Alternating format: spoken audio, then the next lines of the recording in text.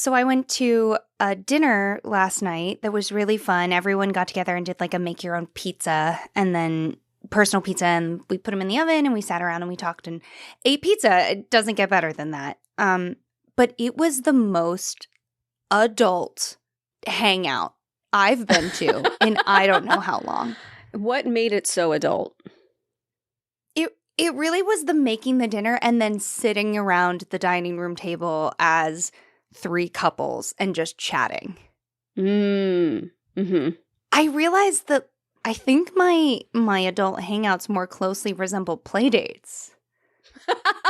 Mine definitely do. It's usually I'm either playing a game or we're getting together specifically to like watch a show or like we're usually doing something. Or if I'm hanging out with you, it's more of a play date in the sense that like there's no plans. Sometimes we won't even talk. It's just be together. What is it when toddlers play with each other by just sitting near each other and not sharing their toys? Mm-hmm. It was awesome. We're going to watch a movie and everyone just ended up sitting around the table because we were having such a good time talking. So there was not a bad thing in sight. Yeah. But I did have a moment going, oh, this is a lot of adult standard. And I'm sitting here like, where's the toys?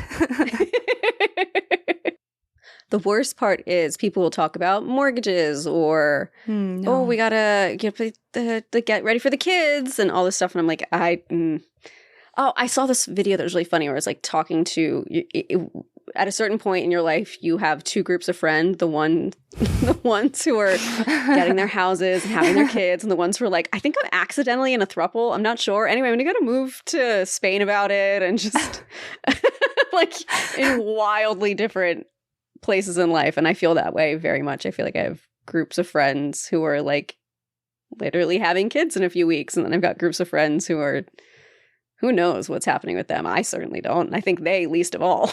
I think everyone out in LA has kind of collectively agreed that we're going to be the accidental throuple friends, not the kids settle down mortgage friends. Yeah, absolutely. It is a weird city of just little guys. It's the best though, because I feel just like a little guy surrounded by like real adults doing real adult things. And I barely know how to pay my taxes. I'm absolutely gutted to discover that all of the adults that I thought knew what they were doing were just doing their best. I know. And I feel like I have that revelation every 5 to 7 business years. And business years? Uh-huh. Mm-hmm. You thought the work week was bad. Try the work year. Try business years. I feel like I have that realization so often, and yet every time it's brand new. Yeah. Like, imagine all of our teachers that were just like us. They were just us. Yeah. I try not to, because they had to know more than I do. This can't be what everyone else was working with. Their skill tree has to have been more developed. Oh, for sure. I missed an update or a level up or something. Right. Like, I didn't go off and do enough side quests to build up XP and get the points to have a good skill tree. So now I'm at a really high level facing a really big bad with nothing. Yeah. I just accidentally powered through the first few levels of my life too hard. And now I'm underleveled for where I'm at. I was playing Control the other day. This is my first time playing it. And I have it set to you can't die mode, which every video game should have 100%. Because if I'm playing a video game, I'm really just here to be the main character of a movie. Mm-hmm. And I will die. And it's really rude that everyone is making me go back to the beginning for that. Yeah.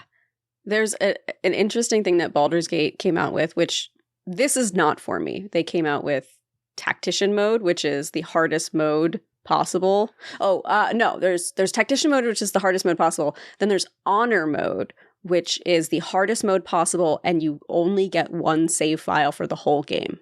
So if your whole party dies, the game ends. Okay, well, as a human being on this plane of existence, I'm really tired of playing on Honor mode. And I would like to go to You Can't Die mode. Thank you very much. Here's what they did that I love, though. You can play on the easiest difficulty, but give yourself only one save. So then I like that because then I get to play it like it really is a movie and there's just one true canon.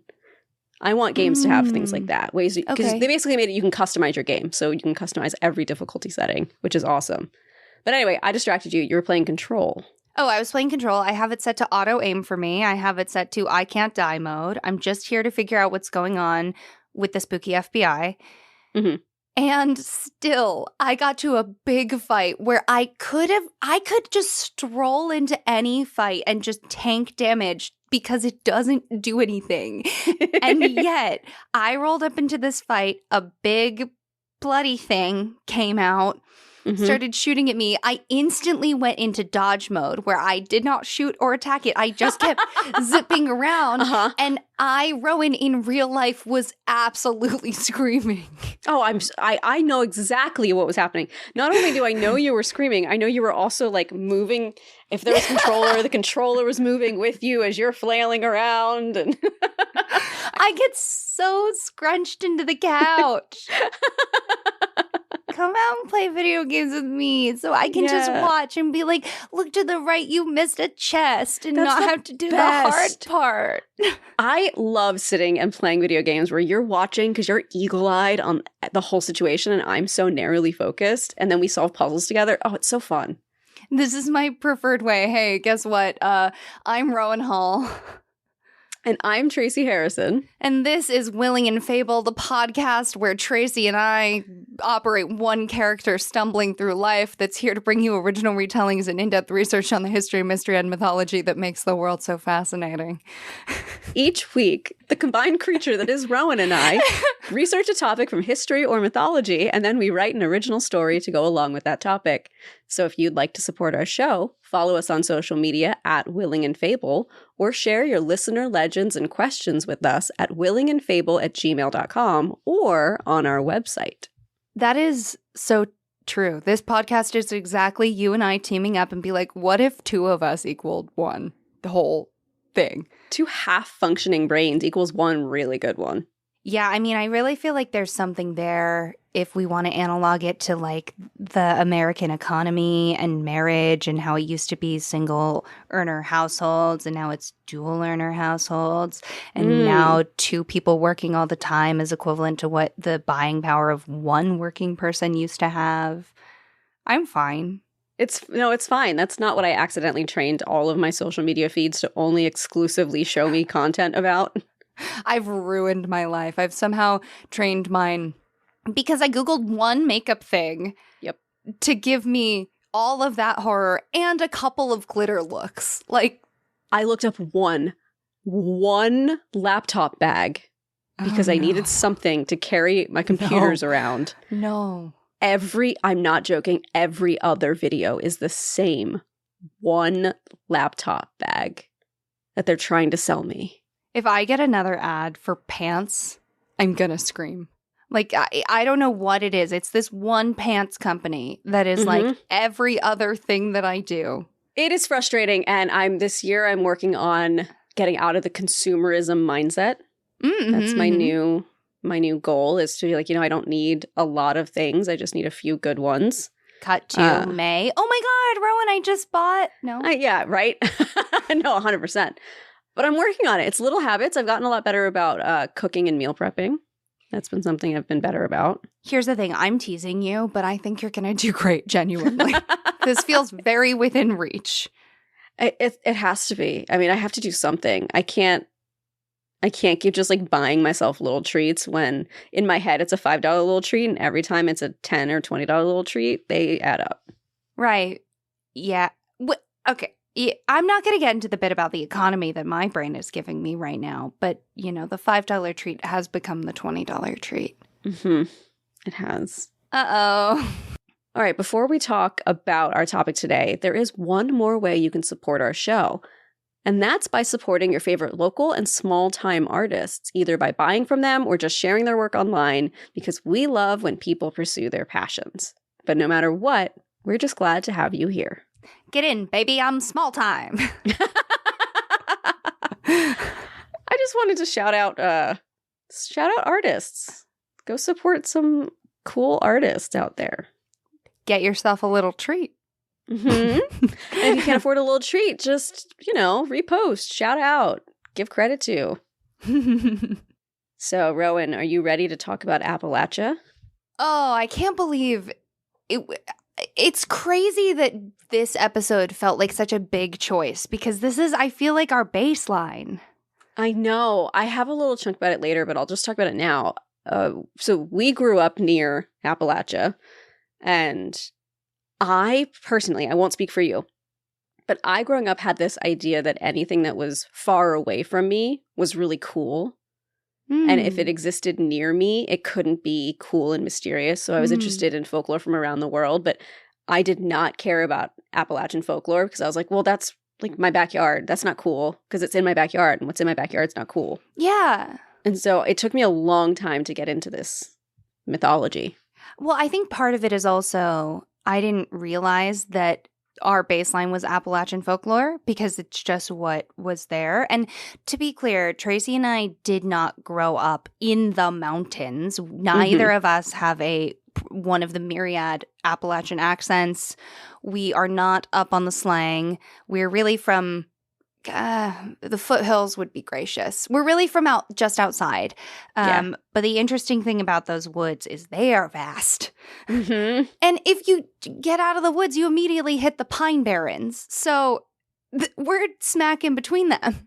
Oh, yeah. Oh, yeah. There's so much cool history and mythology that is, I mean, literally and figuratively in the backyards of where we grew up, that to me, I was just like, well, it's not cool because I didn't have to work to find it or it wasn't far away. Like there was just something in my head that was like, all of this, not interesting. I don't like it.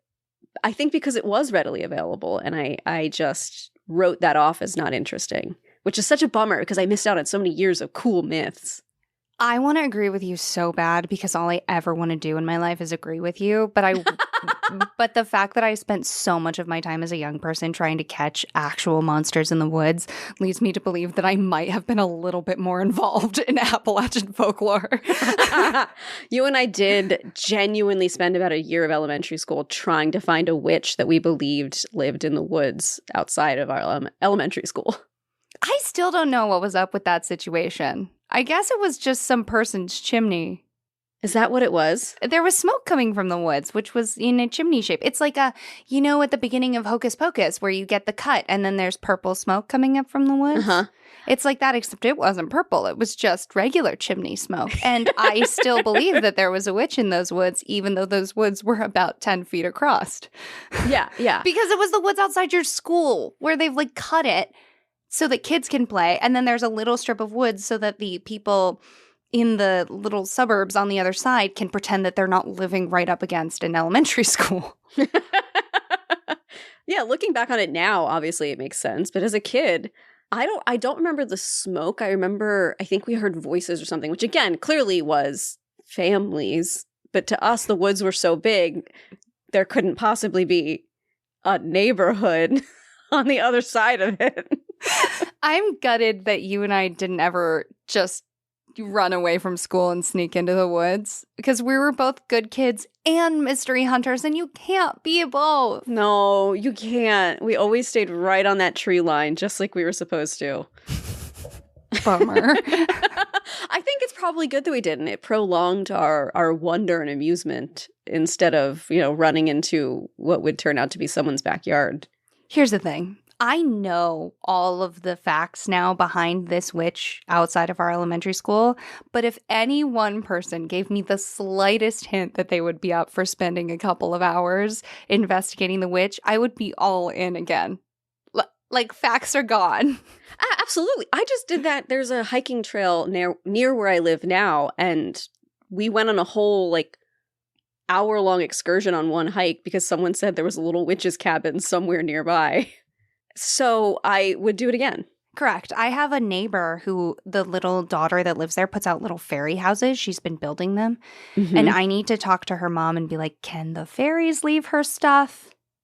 Like, can I put things in there, or will that make your life harder as a mother? Because I genuinely don't know the answer to that. Yeah. Yeah, I think definitely check in. But God, if you could, what fun for that little girl. They're like crows, right? Like they would bring shiny things. It's easy. Oh, I mean, throw a nickel, like a couple nickels, and it's going to be like the greatest thing that's ever happened to her. Oh, especially if you have any coins from like your last trip to Europe. Throw a couple of euros. But honestly, also just like a little path of glitter. Ooh, that's good. Yeah. You got to get one of those little jars with a cork, so it's all folksy. Absolutely. And they have that glitter that when you get it wet, it turns into snow. We're going to make this little girl's entire year. This is how you make a Tracy and a Rowan. You got to start young. Yeah. Oh, yeah. So Appalachia.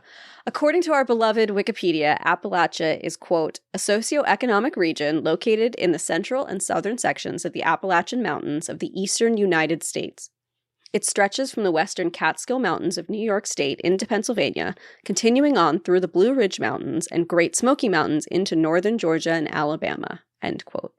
I feel like we should call out right now that we say Appalachia because that's the way that it is said, but you can say Appalachia, or I think there's another way to say it, and no one will correct you unless you're unfortunately around someone who will correct you. Mm-hmm. But we butcher so much stuff on this podcast that if anybody ever says Appalachia to us, we just have to shut up. Yeah, I mean, if someone from the area says they pronounce it Appalachia, then I'll listen, but God, it just doesn't even feel right coming off the tongue. Yeah, no. So early 20th century journalists were fascinated by this region, and they wrote exaggerated tales about the unique culture of the area. They were especially fascinated by moonshining and clan feuds, often portraying people of the region as uneducated and violent. Once again, quoting Wikipedia, quote, while endowed with abundant natural resources, Appalachia has long struggled economically and been associated with poverty. In the early 20th century, large-scale logging and coal mining firms brought wage-paying jobs and modern amenities to Appalachia, but by the 1960s, the region had failed to capitalize on any long-term benefits from these two industries. End quote. I have a map here if you want to quickly describe it of the different sub-regions of Appalachia as of July 2023. Oh, wow. This is very recent. That's why I pulled it. I thought it was so interesting that it was so recently updated. And I also wanted to jump in and say if anybody wants a little bit more info on the clan feuds that might be happening, or rather I should say have happened in Appalachia, the episode that I covered, the Hatfields and the McCoys, that is exactly what that is. And you go into a lot of detail around the culture in the area at the time that people were really fascinated by it and writing these stories. So looking at this map, the northern region starts in the lower portion of New York. It takes up most of Pennsylvania. Thank you. It takes up part of Ohio, which is, I think, why Ohio and Pennsylvania are always so similar in parts. And then it just dips into Maryland. The north central section is Ohio and West Virginia. Down to the left, we've got Central, which is mostly just Kentucky. It's mostly Kentucky. Little bit of Tennessee. But it's also got Virginia and West Virginia, a little Tennessee. The South Central is a nice little reach. It's Virginia, North Carolina, and Tennessee. And again, we're staying away from the coast on this, right? We're moving a little bit towards like right if you drew a little swoosh down from the Great Lakes as we go. And then the southern portion, South Carolina, Georgia, Alabama, and Mississippi, that's kind of all the like top leftmost portion of those states. And I will tell you now that while there is so much similarity between southern and northern Appalachia, there is also not a single similarity between southern and northern Appalachia. And I can't explain that better. Yeah, it's a really diverse region. And according to National Geographic, one of the reasons the area is so rife for supernatural legends is not only because the mountains are old, but it's that they continue to appear old. Because much of Appalachia has remained uninhabited by humans, much of the ancient biodiversity is still with us.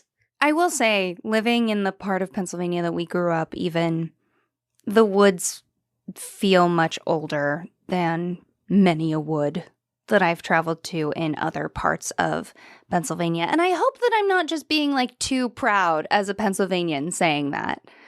Or maybe I'm just used to them. I totally agree with that. And for me, the part that made it click was years and years and years ago when I went to Sweden. I remember driving around in Sweden and being so amazed at how stunning the landscapes were, with the rolling hills and pine trees and forests, and how old and beautiful and wonderful everything felt. And then I went home. And I remember being struck at how much it looked like Sweden. And I didn't think that when I was in Sweden. I didn't think, wow, this reminds me of home. I thought it's just so incredible and beautiful and wonderful. And then I got home and realized where I live is incredible and beautiful and wonderful and has that same sense of awe to it that I didn't feel until I left and came back.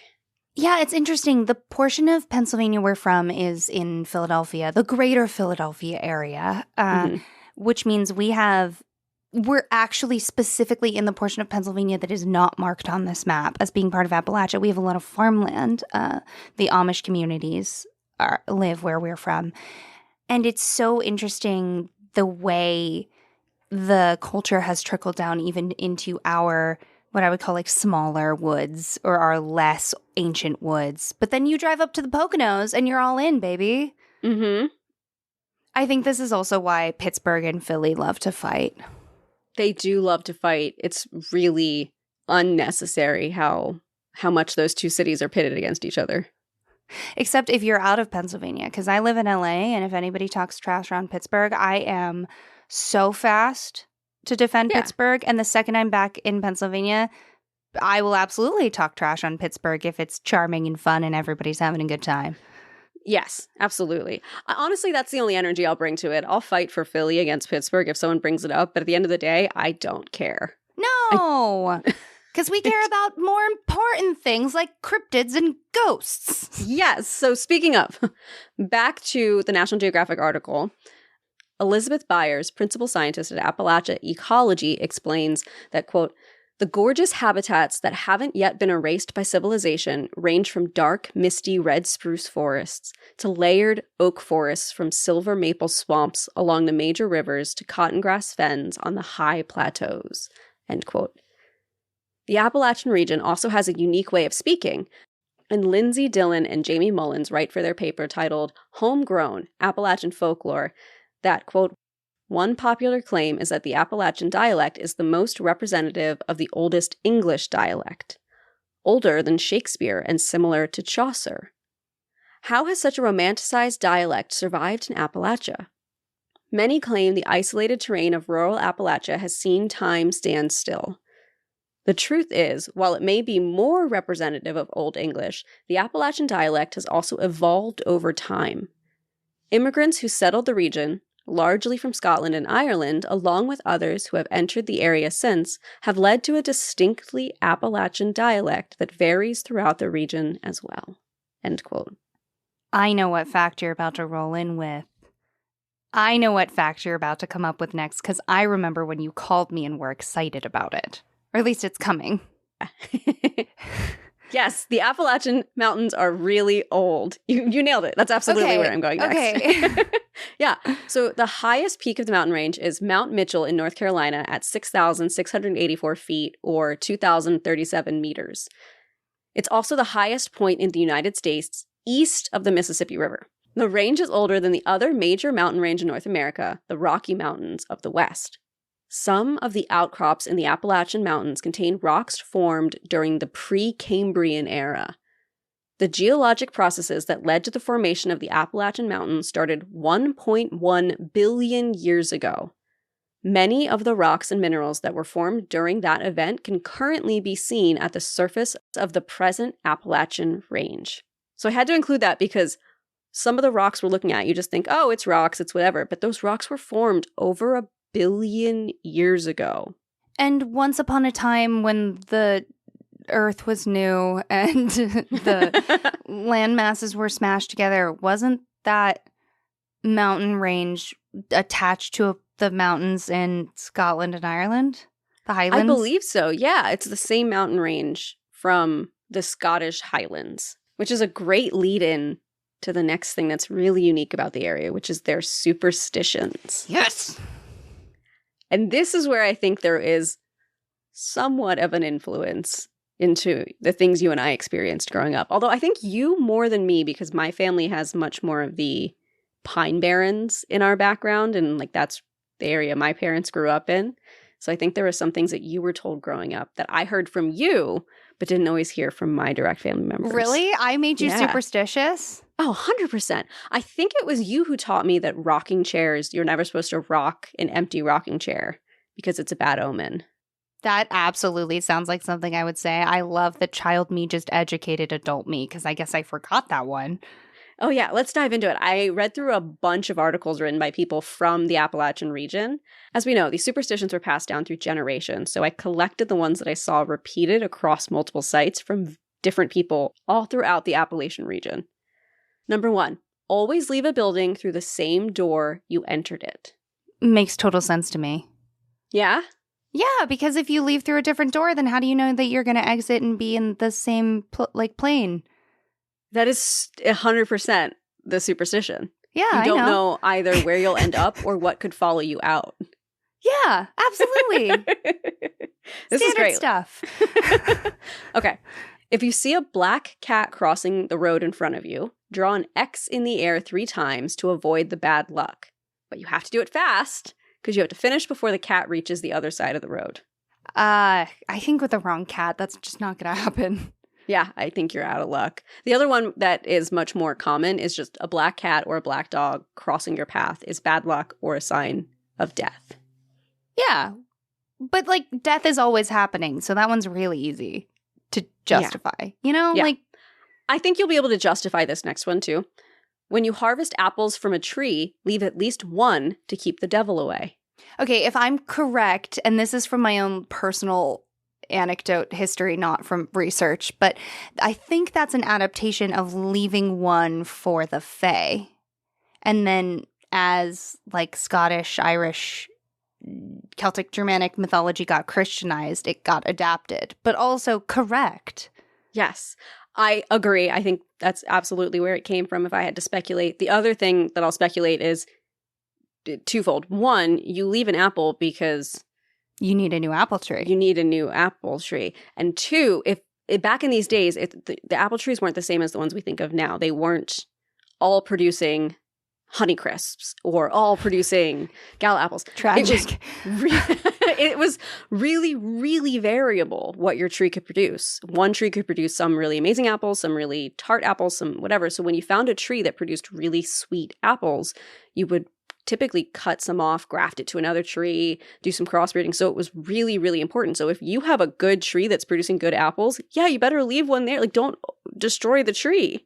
I heard a story that Johnny Appleseed is actually spreading GMOs. Like, he was just dropping apple seeds everywhere so that his genetically modified apples would be in other people's farms and then he could sue them. The Monsanto approach, I see. Okay, so this one I actually do. It's a habit I can't break. If you spill salt, throw a pinch over your left shoulder. And for those who don't know, this is because it keeps the devil away, and he's always lurking over your left shoulder, so it has to be thrown over on the left side. Absolutely. I also do that. That is the correct thing to do. And honestly, I do it for all the same reasons you do, but if you spill something, it usually sucks. You rarely get to have a response about it that is as tantrumy as sometimes I think emotionally it feels. So spilling salt and then getting to chuck the salt feels good. I've never taken the time to think of it in those terms, but you're right. You're absolutely right. Yeah. Yeah, that's such a good way to put it. I always am just like, every time I spill salt, I think this is the time I'm not gonna do it. And then as I'm thinking that, my hand's already reaching and I'm throwing it over my shoulder. I have to do it. It's just yeah. Okay. The next one, you must open the windows of a house when someone dies so that their spirit can escape. Uh-huh. Correct. Also. Yeah. The other one that goes along with this, we know, is covering the mirrors so they don't get trapped. Exactly, because the Victorians were spooky. They were so spooky.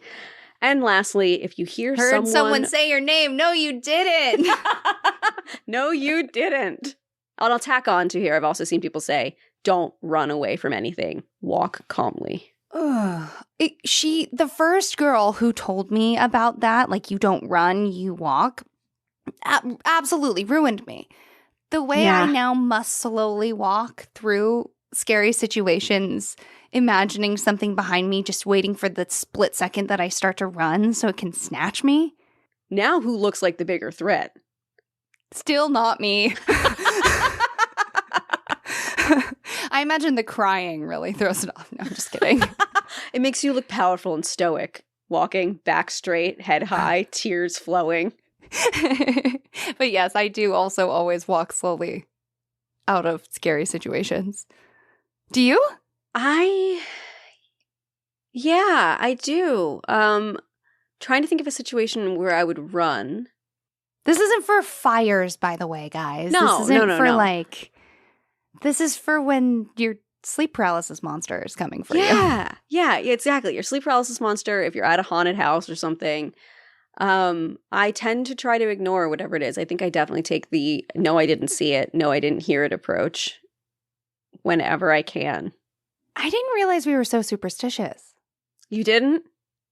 Honestly, I really am having a bit of a moment. I didn't realize that the extent was this large. Do you have any other weird ones? Because I wouldn't put this on the rest of Appalachia, but crows are lucky in my family. If you see a crow, it's lucky. Oh, I know I've got a bunch of little things, I'm sure. My mom is very much like, don't put it out in the world unless you want the world to answer you.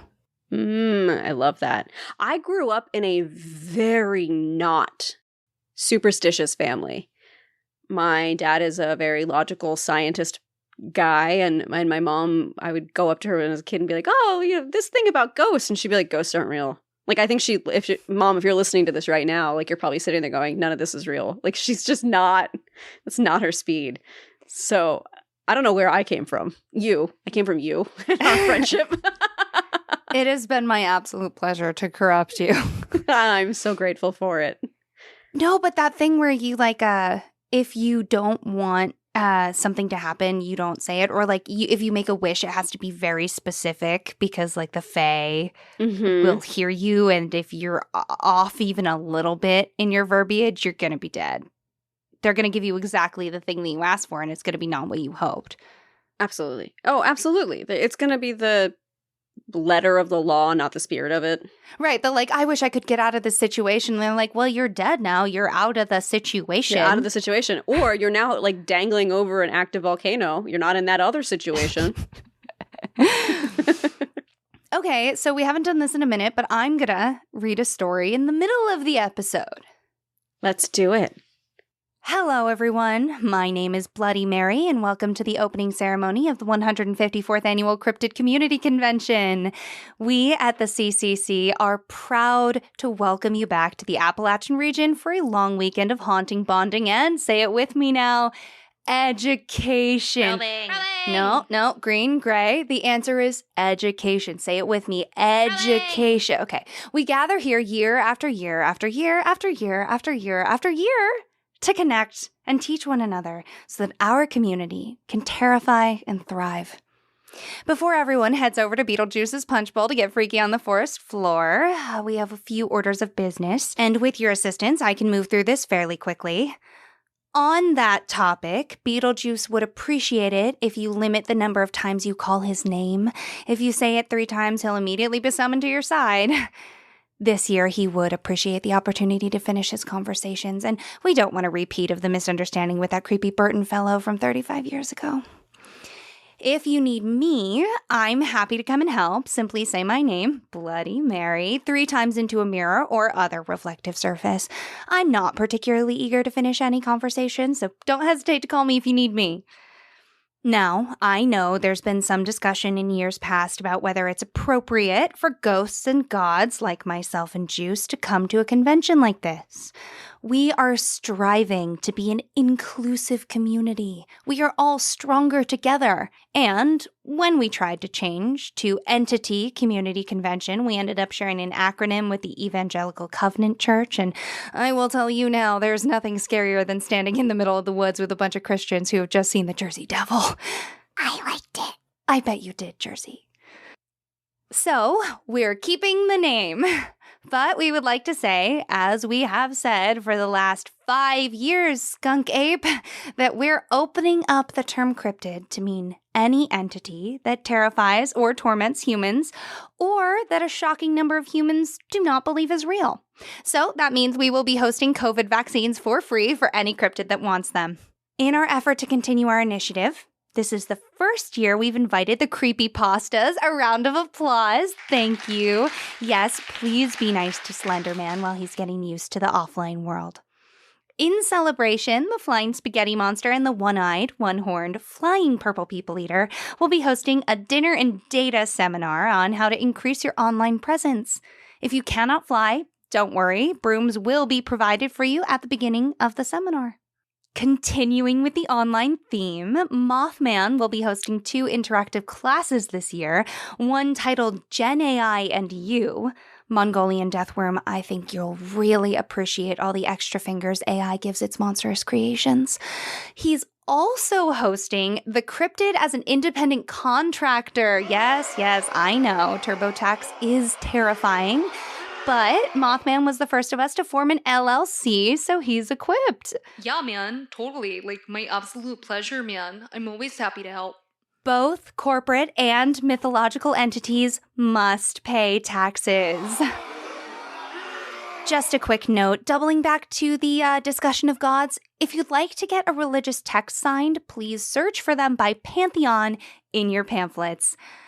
Continuing on the entity expansion initiative, there are a few humans here. Jason, Michael, and Freddie have done an incredible amount of work killing people over the last 4 decades, and we think that they've more than earned their place here. We ask that the man-eaters, I'm looking at you, vampires, and werewolves, I see you snickering, please resist the urge to compel and kill them. Honestly, they might get you first. If you do feel the need to consume torture or even just scare a few people, we invite you to head over to our cabin in the woods. We listed it as an Airbnb, so there should be a new unsuspecting couple coming every night. We simply ask that you be considerate and leave enough for everyone. Bigfoot, on that note, I'm going to need you to stop using other entities' chairs as footrests. It's rude. Sure. Thank you. For my aquatic friends, we have a number of lakes and streams available for your comfort, but I do need everyone to respect one another's territory. We don't want to see another fight between the Loveland Frogmen and the Kappa, or another who's the first plesiosaur battle between Nessie, Flessie, and Champ. You drowned an entire town last time, and we had to move the convention. We would like to thank the Monster Under the Bed for continuing to uplift our work with the Spooky Child Alliance. For those who are unfamiliar, this is our long-standing effort to partner new ghosts and monsters with creepy, unblinking children so they terrify their families and introduce the human community to their new haunt. We would also like to give convention kudos to the Martians, who've worked so hard on our almost decade-old partnership with the podcasters. I think we can all agree the publicity has been exceptional. I know there's been quite a lot of controversy over the Entity of the Year award, the competition to tally the most deaths each year. Unfortunately, the Dark Watchers are disqualified because deaths cannot be counted based on group total. We're sorry for any confusion. Please know we respect your work. And next year, consider the team competition. Your current list of contenders is Yeti, good work as always. Snallygaster, nice to see your numbers up, my friend. Spectre Moose, always a delight. Chupacabra, of course. Bloody Mary, thank you. And that one orange cat from Ohio. Please don't forget to join the award ceremony at the next full moon. There is one last thing, a quick update on the Salem situation. Sounds like we've fallen back as a collective in the region. What was once a genuine terror has turned into a Halloween money grab. Bridget Bishop is hosting a town hall to discuss options tomorrow morning. Are we doing the witch trials again? No, that's just people killing other people. We're really going for something a little more supernatural. I'll wrap it up here. Please, everyone, put your hands down. If you have any notes about ways to improve the convention, please put them in Pandora's comment box. We open it at the end of the weekend, and it's a great time, I promise. Thank you all for coming. We're so glad to have you. Let's head over to that opening party and then go call some people's names in the woods. This was so good. It's scarily accurate to a conference I went to, like a tech conference I went to a couple months ago, with just the we've thought about this group, and we've organized this, and there's this going on, and all of our initiatives, which always have acronyms. Yeah. It's a little bit Astrid-y. I was going to say that. I was like, we got to get Bloody Mary with Astrid and Nina, our other tour guides from the afterlife, and the Doma Boys. I'm sure that Bloody Mary, the actual Bloody Mary that you can, in fact, summon in a mirror, is planning her revenge upon me for doing that voice, using her name. I bet she's relieved to finally have a different way of being portrayed in the media. I just like imagining someone standing on a stump, giving a speech, just covered in blood, with this really perky voice. Yes, I imagine her looking horrifying, but she's the most organized one in the group. She's a people person. We know that. We know that. I loved this. This was delightful, and I loved all the callbacks to different episodes we've done. Thank you. I just feel utterly confident that one orange cat from Ohio is going to win most deaths this year. We all believe in that one orange cat from Ohio. Which, by the way, next time I get a cat, regardless of what it looks like, its full legal name will be that one orange cat from Ohio. Well, orange cats are crazy. They're insane. They're living in a different world than we are. It's their world, and we're just here. We're allowed to live in it. We're not even welcome or encouraged to. So I will admit, when I saw your next thing in the outline, I squealed. Yes. So I picked 3 different stories from Appalachian folklore for us to get a little bit more in depth with today. And the first one is the Bell Witch. Yes! She's so scary. What do you know about her? Well, I do remember we tried to insert her into the small strip of woods outside our elementary school. Yes. And I remember the exact book that I first heard about her in, and I remember exactly where it is in our elementary school library, presuming, of course, that it's still there. And they've never changed the layout, because why would you? It was perfect. The myth of the Bell Witch revolves around the legend of the Bell family in early 19th century Tennessee. They experienced a series of terrifying events, including strange, unexplainable noises, physical attacks, and sightings of a dark entity or strange creatures believed to be the Bell Witch. It's so good. It's so good. It's like the most classic haunting story.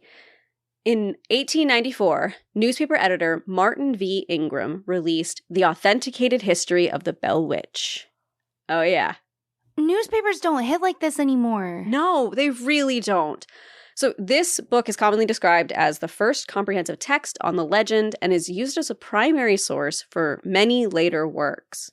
Some skeptics have regarded Ingram's effort as a work of historical fiction or fraud, while others consider his work a nascent folklore study and an accurate reflection of belief in the region during the 19th century. So in this story, the poltergeist named Kate claimed to be Old Kate Bat's witch. Yes. Such a good name. Old Kate Bat's witch.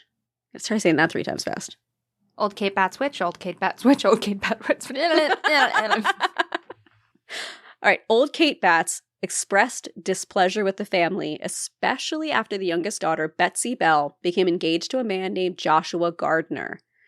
Yeah, get ready. This relationship's going to be important later. But according to Haunted Tennessee, Ghosts and Strange Phenomena of the Volunteer State by Alan Brown, the haunting began in 1817 when John Bell witnessed the apparition of a strange creature resembling a dog with the head of a rabbit. Bell fired at the animal, but it disappeared, and John's son, Drew Bell, approached an unknown bird of extraordinary size perched on a fence before it flew off. So they're seeing strange things. Right. They're getting freaked out. Now we're bringing Betsy back in because Betsy observed a girl in a green dress swinging from the limb of an oak tree. And Dean, a person enslaved by the Bell family, reported being followed by a large black dog on evenings he visited his wife. Activity moved to the Bell household with knocking being heard along the doors and walls, and the family heard sounds of gnawing on the beds, invisible dogs fighting, and chains along the floor. So it's getting more intense. The fact that I didn't remember that they had an enslaved person tells me that either, one, I was too focused on the ghosts as a child to think about the larger issues happening, or two, it was deleted from the kids' book that I read about this. I think I know which one's more likely to have happened. Bummer. Yeah. And so all members of the family are getting some sort of interaction. They're hearing things, they're seeing things, and it's getting worse and worse. So it's about this time that John Bell began experiencing paralysis in his mouth. The phenomenon grew in intensity as sheets were pulled from beds while the children slept, and soon the entity began pulling hair and scratching the children, with a particular emphasis on Betsy, who was slapped, pinched, and stuck with pins. Poor Betsy's really getting the brunt of it, which I think happens a lot in these haunting stories. Teenage or young adult women tend to get picked on pretty heavily. Yeah, there's maybe some idea of madness there. There could be some attention seeking there because I'm sure things aren't going great for you. Mm-hmm. Betsy doesn't sound like a nice human being name. And I know you're not supposed to say things like that. But in this story, Betsy's a very hateable name. I mean, that's all we really have to go on with her is just her name. They don't talk about her much. She'll come into play a little bit later on, but not too much. But at this point, now that everyone's getting attacked, Betsy's particularly being attacked, the family contacts their friend James Johnson, who they believed could help because supposedly this person had experience with supernatural entities before this. This is when the apparition begins to speak out loud. So the group asked the spirit, "Who are you? And what do you want?" And the voice answered feebly, "I am a spirit. I was once very happy, but have been disturbed." However, at this point, various answers have been given as to the origins of the spirit, including the disturbance of a Native American burial mound, which was located on the property, demonic possession, and the one we all know now, the Bell Witch. So now that the spirit was speaking, it really went all out, and it began to repeat word for word 2 sermons that were given 13 miles apart at the same time. Nice. Right? The entity was well acquainted with biblical texts and appeared to enjoy religious arguments. It would get into philosophical and religious debates with people. And, as another amusement, the witch shared gossip about activities in other households and at times appeared to leave for brief moments to visit homes after an inquiry. Oh, I know what I'm going to be doing in my afterlife now. Absolutely. This is just a nosy old lady. I know we're not supposed to love the Bell Witch, and these were real people who probably really suffered. But from a story perspective, I love this lady. I'm not convinced they really suffered. This sounds like it might be one of those stories that you fabricate so that people will pay a penny to come and see your house. Yeah. Yeah, because they didn't move out of the house. Anyway. Except Dean, we know Dean suffered. Dean suffered. You know, the Bell family, not good guys. I don't know enough to definitively say one way or the other, but I'm not going to not stand beside you with that statement. So the next witch story comes from Pat Fitzhugh's book, The Bell Witch, The Full Account. Quote, "John Johnston, son of James, devised a test for the witch, something no one outside the family would know, asking the entity what his Dutch step-grandmother in North Carolina would say to the enslaved people if she thought they did something wrong. The witch replied with his grandmother's accent, saying, 'What has happened now?' In another account, an Englishman stopped to visit and offered to investigate. On remarking on his family overseas, the witch suddenly began to mimic his English parents. Again, in the early morning, the witch woke him to voices of his parents worried as they had heard his voice as well. The Englishman quickly left that morning and later wrote to the Bell family that the entity had visited his family in England. He apologized for his skepticism. End quote. I think it's really ballsy to assume that all ghosts know all people and all things. Yeah, but I love that she does, though. She's just a nosy telephone of an old lady. Yeah, she's awesome. Like, that's so good. So, the witch was surprisingly nice to two people. John's wife, Lucy, and their son, John Bell Jr. She would give Lucy compliments and sing hymns to her or give her fresh fruit and sweets as a gift. However, the Bell Witch really hated John, who she referred to as Old Jack. She eventually went on to poison the patriarch 3 years after she first appeared. And in some versions of the story, she leaves the family alone after this. In others, she comes back to torture the daughter Betsy some more through the 1820s. And this, at times, was because she was engaged, because she wasn't engaged. It happened for years. It didn't happen at all. Right. And there was one other claim that she would come back in 1935 to haunt the Bell family descendants, but no one came forward to claim that experience.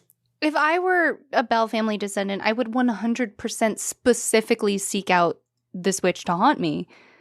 I think this witch sounds like a fun lady to have hanging around the house. A bit nosy, though. I don't know if I need her in all of my business. It seems like a fair trade. When you don't have telephones and she can do international calls, it's pretty convenient. That's a really good point. In January and February of 1856, the publications New England Farmer and the Green Mountain Freeman published articles regarding the Bell Witch legend. Both publications ascribed the origin of the text to the Saturday Evening Post. The author stated that the voice, which spoke freely about the house from all directions, would not manifest itself until the lights were extinguished at night. The phenomenon attracted wide interest. The author claimed to have become well acquainted with Mr. Gardner. When the ghost asked how long it would remain, it replied, "Until Joshua Gardner and Betsy Bell get married." The author goes on to state that Betsy Bell had fallen in love with Joshua Gardner and had discovered the skill of ventriloquism. The author states that Ms. Bell then used her skill to attempt to convince Joshua Gardner to marry her. When they did not marry, the apparition disappeared. There it is. Mm-hmm. It's obviously a girl looking for attention.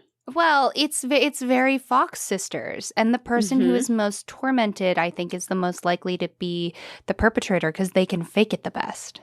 Yeah. An artist drawing of Betsy Bell, originally published in 1894. My poor girl, they did you dirty. Yeah, would you like to describe this lady? Yeah, it's a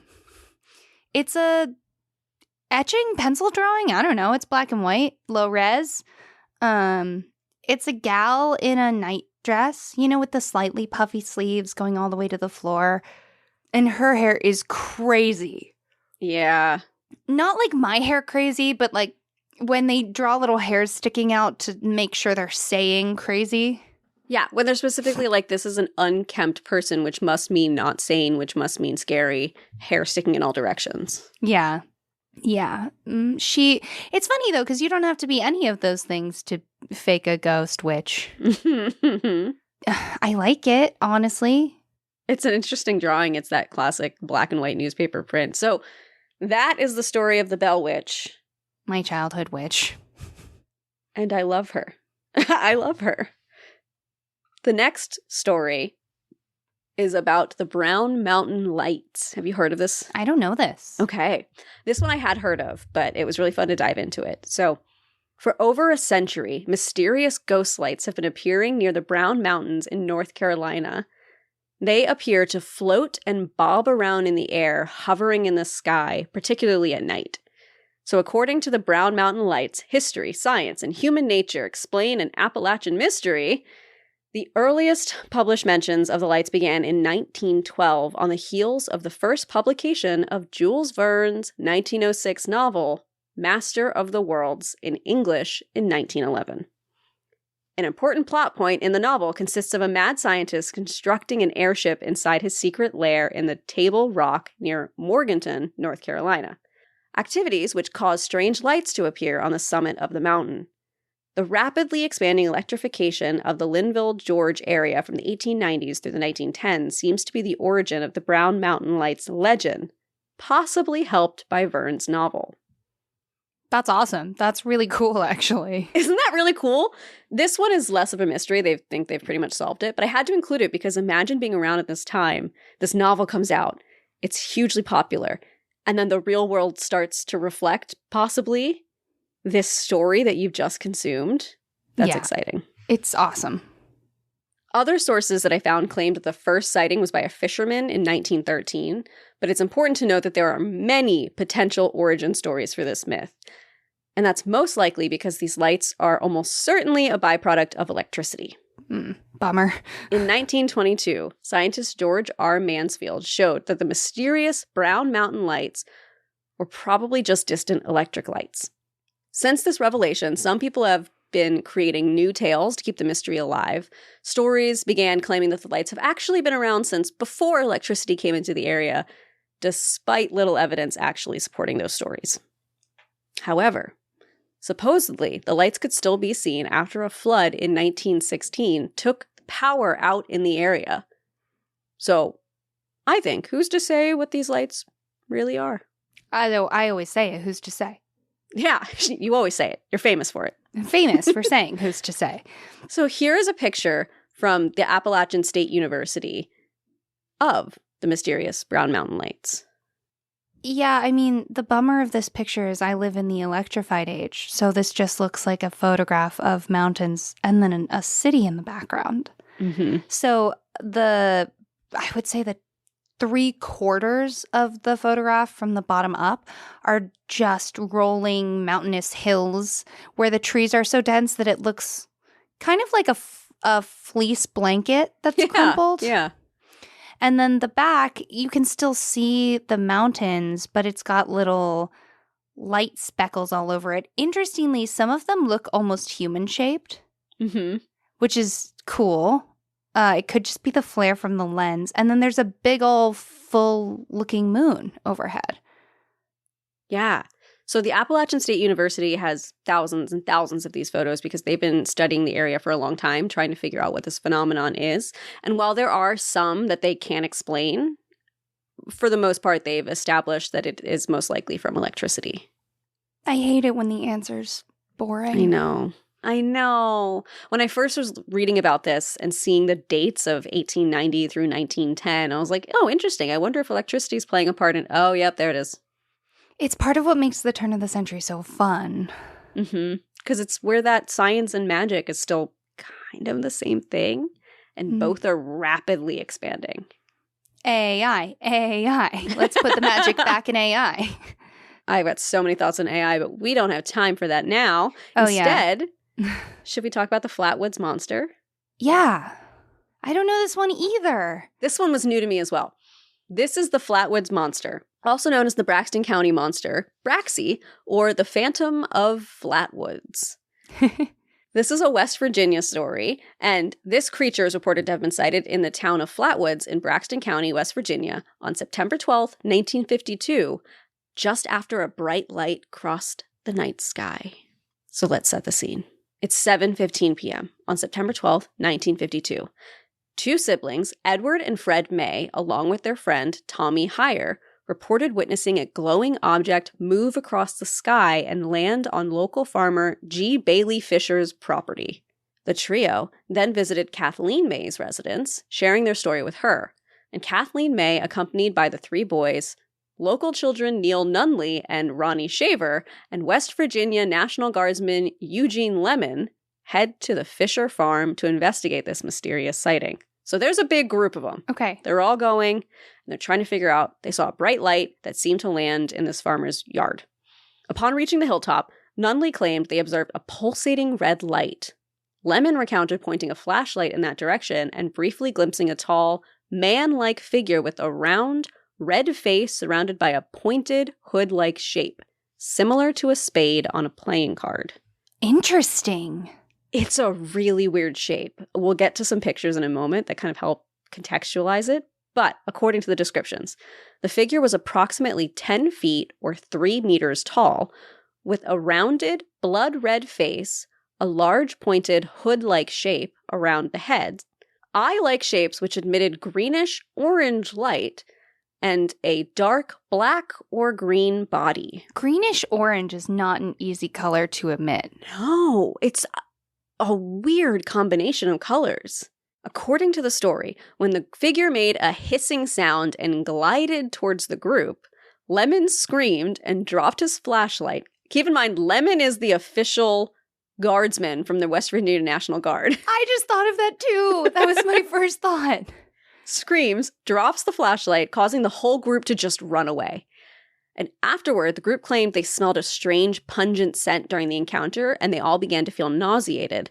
However, when others visited the scene the next day, no strange scent was in the air, but there was an odd, gummy material left behind and some track marks on the ground. First mistake, you can't run, you gotta walk slowly. Walk slowly. Which I feel like must come from like bears, right?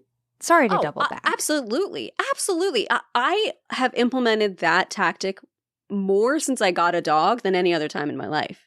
Because if you run away from a dog, they want to chase and play. But if you walk slowly away, then you're boring and it's not worth chasing you. So I feel like this alien being might feel the same way. Yeah. Yeah. Would you like to describe? I have two pictures here, an artist rendition and then another image that is honestly more accurate to the original description, but it is an armchair. We'll get to the armchair in a second. The first one looks like a baby stingray. You know how baby stingrays look like haunted raviolis? Oh, yeah. Oh, my God, you're right. Oh, my God. Now that's all I'm seeing. I was thinking it's like a Dalek meets a playing card. Oh, yeah. Okay, I don't really know what a Dalek was, but as soon as you said it, I could recall the like robot-y situation. Mm-hmm. So imagine yourself a haunted ravioli. It kind of has a leaf head, like I want to say poplar leaf, but that's pretty audacious for someone who doesn't know what leaves go with which trees. Oh my God. Did you nail it? I'm sorry, but I am the most informed leaf knower that has ever existed. Mm-hmm. You're a botanist at this point. I think that you are owed a degree. Actually, I'm so sorry to quickly pivot. I was talking with friends the other day, and if I could find a way to get a university to give us an honorary degree for this podcast, I would be overjoyed. I would do it in a heartbeat. We've done so much research. We've definitely, over 3-odd years, 3.5, 4 years, whatever, accomplished a degree's worth of research about potentially not real or real things, as I'm talking about an alien. Hey, it's mythology and folklore. It's history, mysteries, and mythology. You're right. I'm just thinking about the alien right now, but history, mystery, and mythology is definitely worthy of a degree. Hey, anyone who works at a university or college, can you get us an honorary degree in history, mystery, mythology? We'll take pretty much any degree you offer, though, for being honest. For sure. Mathematics, let's go. I would, even better. Are you kidding? Okay, so we got a poplar leaf. And then there's kind of like a bulbousy head. That's where the ravioli part comes in the middle bottom. And this one has red glowing eyes. Yeah. And then it has a body that Tracy said looked like a Dalek. I think it looks like a pepper grinder. It's got like puffed shoulders, sleeves, a chest, a little like accordion middle, and then a ruffled cupcake sleeve skirt. It really looks like a salt shaker the more you look at it. I'm doing my best. And then it has little snowman arms that each have 3 fingers. Uh-huh. My favorite part of this is the height comparison. Yes, I was just going to say. And the height comparison brings a person up to not even its full shoulders, which is honestly a little bit scary. Bigness is scary, just like littleness is. Okay, but the next one is the town of Flatwoods themed deck chairs around town. You know how when you go to like ski places, they have the chairs made out of the old skis, or when you go to tourist traps, they make a chair out of the thing that they're known for so that you can sit in it and take a picture? Yeah, like the giant Adirondack chairs. Yeah, that's what this is. Yeah. And in this one, it looks like a regular round-headed alien that's red and a little bit wrinkly with yellow eyes. And then it looks like it has like a peacock headdress made of plasma fire. Yeah, the colors of this one are much more accurate because it's got the red head with the yellow eyes, the green body, the black spade behind it. Like this one I included just because it's more accurate to what was actually described. But that first picture is like the picture that Wikipedia uses that pops up when you search for the Flatwoods Monster. So It's got a blue frock over its shoulders that maybe is meant to be silver. I don't know. And it's got the same kind of salt and pepper shaker body. But this one has like a utility belt. That's, you know, if they push a button, it's filled with like a grappling hook and like a sample collector and stuff. Yeah, maybe snacks. Who knows? Little snackies. Yeah, and then it also has little 3 fingers, but they're a part of the chair. Yeah. So after investigating the case in 2000, Joe Nickel of the Committee for Skeptical Inquiry concluded that the bright light in the sky reported by the witnesses on September 12th was most likely a meteor, which had been spotted in the area. Oh. I still think a meteor is cool as part of the story, so I'll take it. Yeah, but there's no spooky salt and pepper shaker. The pulsating red light was likely an aircraft navigation or a hazard beacon, and the creature described by witnesses closely resembled an owl. The leading theory is that they saw an owl up close in a tree branch but didn't realize what it was in the dark. Nichols suggested that the witnesses' perceptions were distorted by their heightened state of anxiety, and his conclusions are shared by a number of other investigators, including those of the Air Force. So, this is related, I swear. I just found out the other day that the Joseon royal family, which ruled in Korea, took daily records for 500 years, every single day. There was someone following them around writing, and they'd be like, don't write that. And then the person would write that they said not to write that. Like, that was the amount of intensity that we had. And they were kept from 1392 to, I think, 1865. But in that, they have records of UFOs. Really? Where they would be like, today over the palace, we saw a saucer in the sky, or like a bowl in the sky. Huh. So, you know, it could be a meteor, or it could have also been the Flatwoods Monster. Here's my thing with this story. I mean, yeah, okay, it could have been a meteor and an airplane and an owl, or it could have been that like 6 people really saw this thing. I mean, there was a not insignificant group going up to this farm to investigate. Right, and also, why is it more logical that there was a meteor and a plane and an owl? And an owl. I would give 2 of those things. But it's the third thing that makes it weird. Even though I guess like an owl being in the woods isn't weird. And a plane being in the sky isn't weird. So it's 2 standard things. The weird thing to me is when 6 people see the same thing. Or more. When a large group of people all see the same thing and report on it, I choose to believe. It's more fun. One, I've never heard you say that about this kind of thing, so heck yeah, welcome. 2, I wonder if Lemon was just so embarrassed that they ran away, that they were like, if you tell anyone, I'll kill you. So everyone's like, it was an alien. I want to live. The more that we talk about this story, the more it's giving off Stranger Things vibes.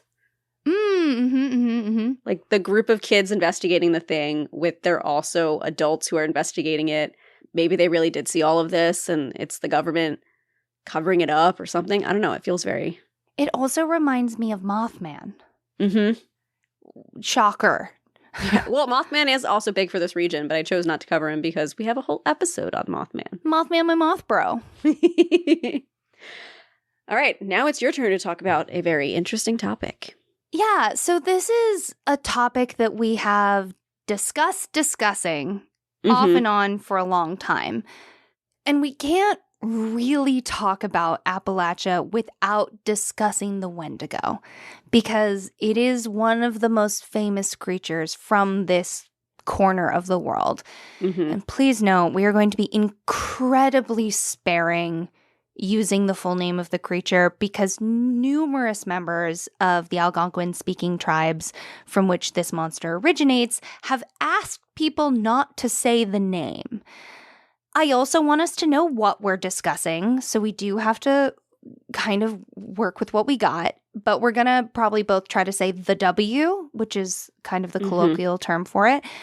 as much as possible while we discuss. Tracy and I are also from an area that inherited the superstition that you don't say it or it will come. I think that's true of a lot of monsters from Appalachia, probably because of the cultural diffusion.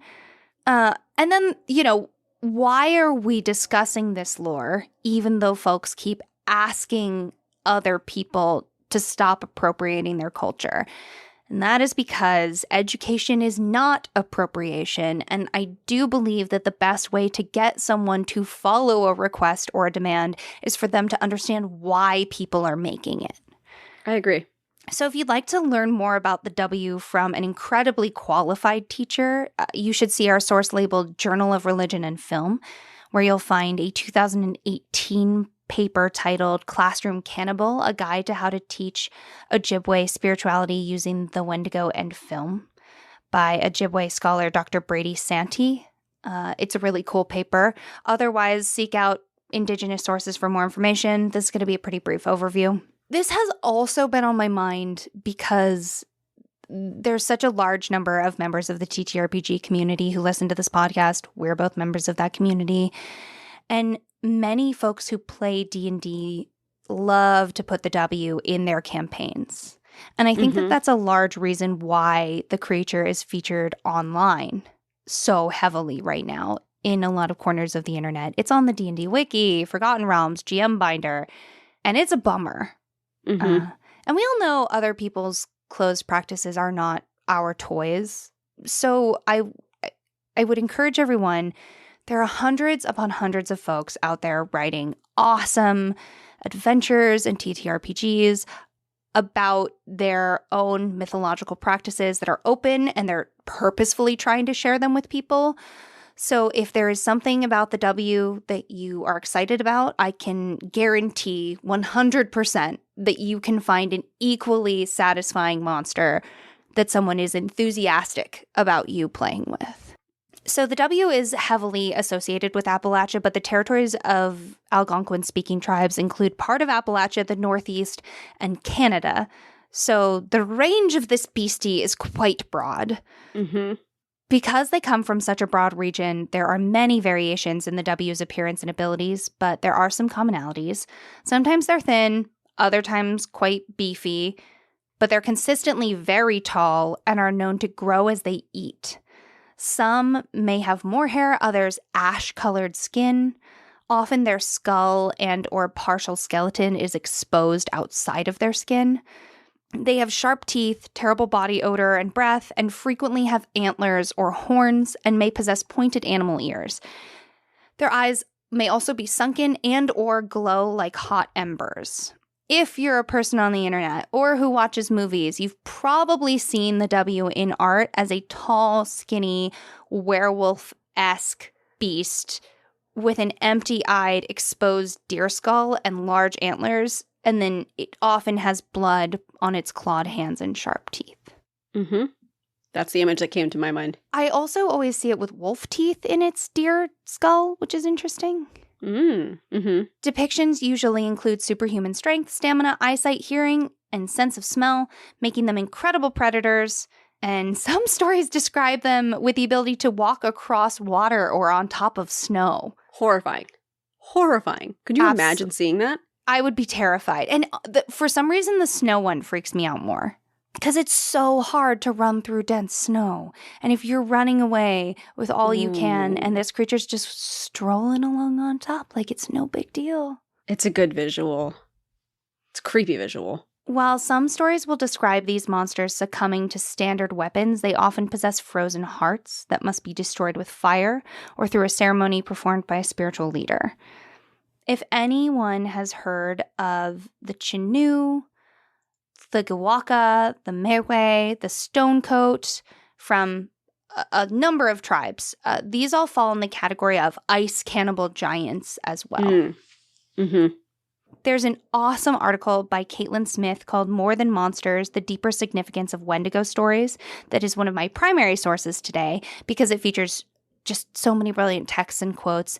It was published by Facing History and Ourselves, which is now a global organization that's been around since 1976 and bears the mission statement, Facing History and Ourselves uses lessons of history to challenge teachers and their students to stand up to bigotry and hate. They also have the absolute banger quote, "People make choices, choices make history." Ooh, that's so good. I look forward to using that at a really inappropriate time in conversation. Absolutely. Constantly. I can imagine getting grounded and having a parent be like, people make choices, choices make history. Enjoy your no dinner and no game console. Yeah.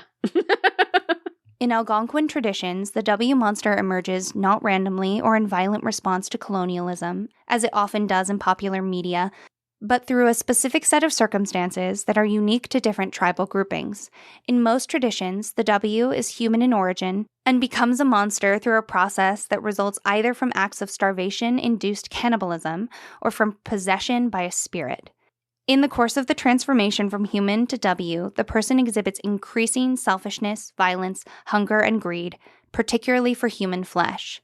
This is a story shared not merely for entertainment, but to reinforce the communal values that allow the communities in which this practice occurs to live well with one another and within their environments. So the whole story about the W is that it comes from cannibalism. Which I knew because I don't like cannibalism. It just gets to me.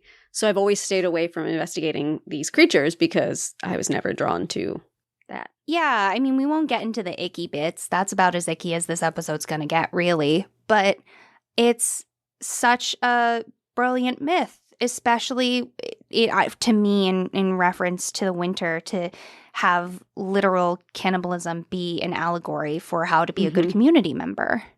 Yeah. Not that this myth needs me to tell it it's brilliant. Ojibwe activist Winona LaDuke coined the term Wendigo economics, and during a panel put on by Yes magazine on environmentalism, LaDuke said, "There's this conflict between the cannibals and Mother Earth, and it's going on everywhere, and we're on the right side. That's what we're working on, but sometimes you get that cannibal tendency."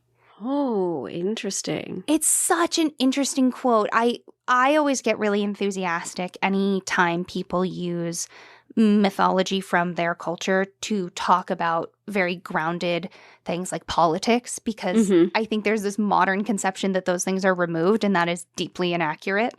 In his 1978 book, Columbus and Other Cannibals, The Wetico Disease of Exploitation, Imperialism, and Terrorism, Native American scholar Dr. Jack D. Forbes writes, "Wetico is a Cree term, which refers to a cannibal, or, more specifically, to an evil person or spirit who terrorizes other creatures by means of terrible acts, including cannibalism. I have come to the conclusion that imperialism and exploitation are forms of cannibalism, and, in fact, are precisely those forms of cannibalism which are more diabolical or evil. It should be understood that Weticos do not eat other humans only in a symbolic sense. The deaths of tens of millions of Jews, Slavs, etc., at the hands of the Nazis, the deaths of tens of millions of blacks in slavery days, the deaths of up to 30 million or more Indians in the 1500s, the terrible short lifespans of Mexican Indian farm workers in the U.S., and of Native Americans generally today, the high death rates in the early industrial centers among factory workers, and so on, all clearly attest to the fact that the wealthy and exploitative literally consume the lives of those they exploit.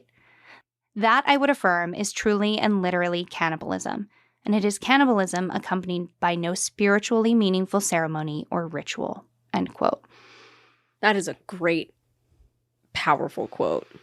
It feels very poignant. I'm sure it feels equally as poignant today as it did when the book was written.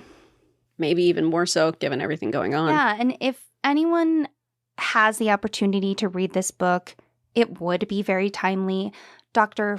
Forbes discusses in a fair bit of detail the way that the Israeli occupation of Palestine resembles the colonization of North America, including the mass unhousing and murder of indigenous people.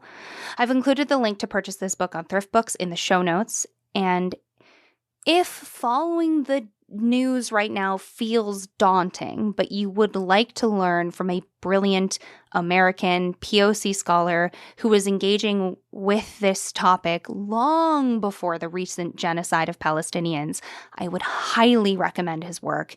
He approaches everything from a very global perspective, and it is very accessible. I am really glad you found that. So you can find the link to that in our show notes. And yeah, I think it's like the barest little taste of Appalachia. Yes. And I think anyone listening to our podcast at this point knows, but if this was interesting to you, you can always check out the amazing podcast, Old Gods of Appalachia.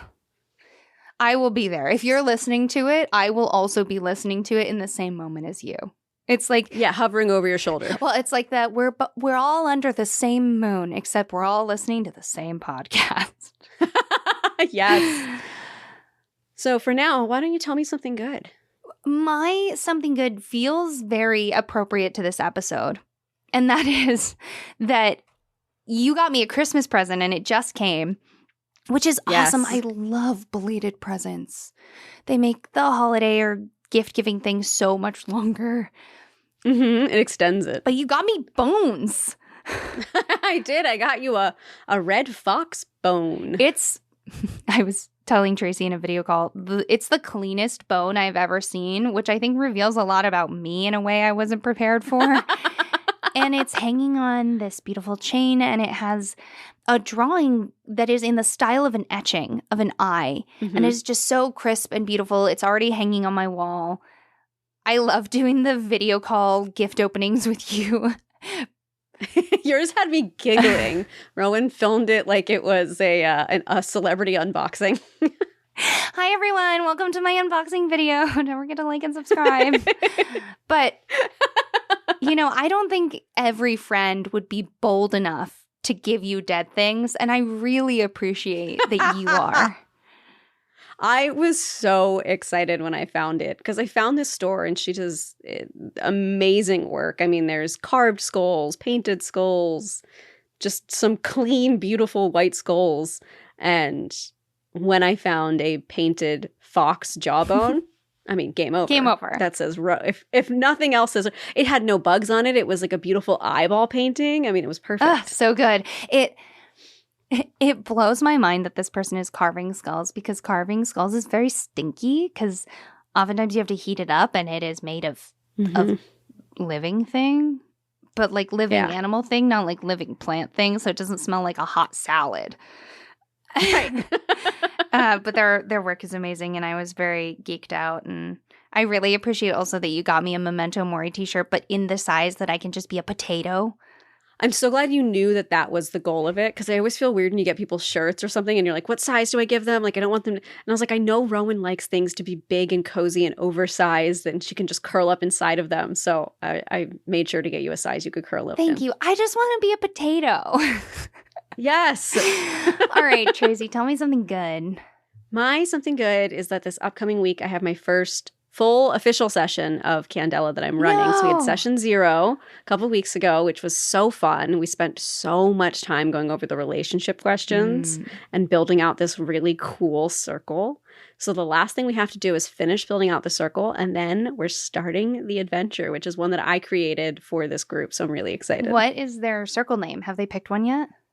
Not yet. That's one of the last things they have to do. Because this group, it's going to be either the goofiest name you've ever heard, or they're going to genuinely spend another 2 hours just picking a name. It's either going to be the circle of folding your paper, hot dog and hamburger style, or it's going to be the circle of possession and feathers. And you're like, what? Yeah. Like, what? What does that even mean?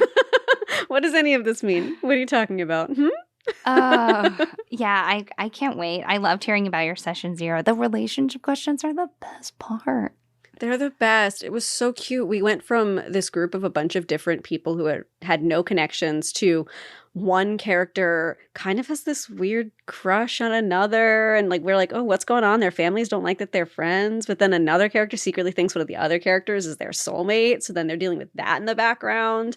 And one person in the group's mysteriously missing wife is the reason that 2 of the players are now involved in the circle. And so that's a connection. Yeah, it's so good. It just, for any TTRPG you do, like try to, what I did is I took the old Spencer Stark route and I just said, pick, you can each pick 2 questions from this whole list, or you can take them and rewrite them or come up with something new or use it as inspiration, but you each get 2 questions that you can ask to anyone. Go. And it was so fun. It genuinely took almost 3 hours, but it was worth every single second of it. I love it when someone says, you know, you are my soulmate, and then that person's relationship back is you're a stranger. Or like just so opposite. Or like, I think you're my bully, and then they think you're their muse. It's like, what is happening? The way I wish I could be a fly on the wall. Just put your phone on FaceTime, say everyone Rowan's on FaceTime, and then just leave it there. I'll just listen, it's fine. I'm so excited I miss the girls. I miss our girls game. It's the best. It's the best group. They're such a good group. So that's my something good. You know, you and I, we love our TTRPGs, so I'm very excited. But for now, I just want to thank you all so much for joining us, and please remember that stories grow with the telling. So if you like what we do, tell a friend. Or tell a foe. And we'll see you soon, okay?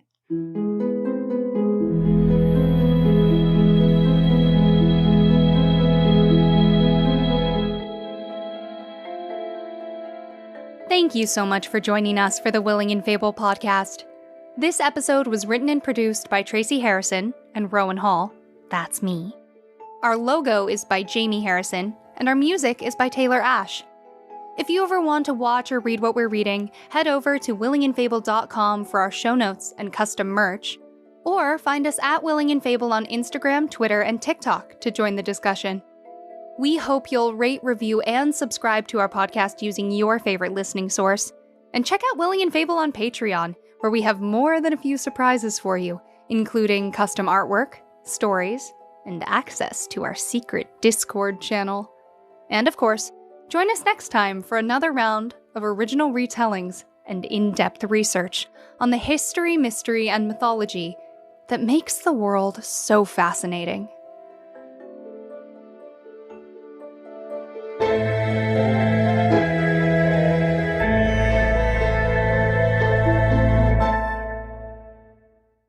And if someone calls your name in the woods, no, they didn't.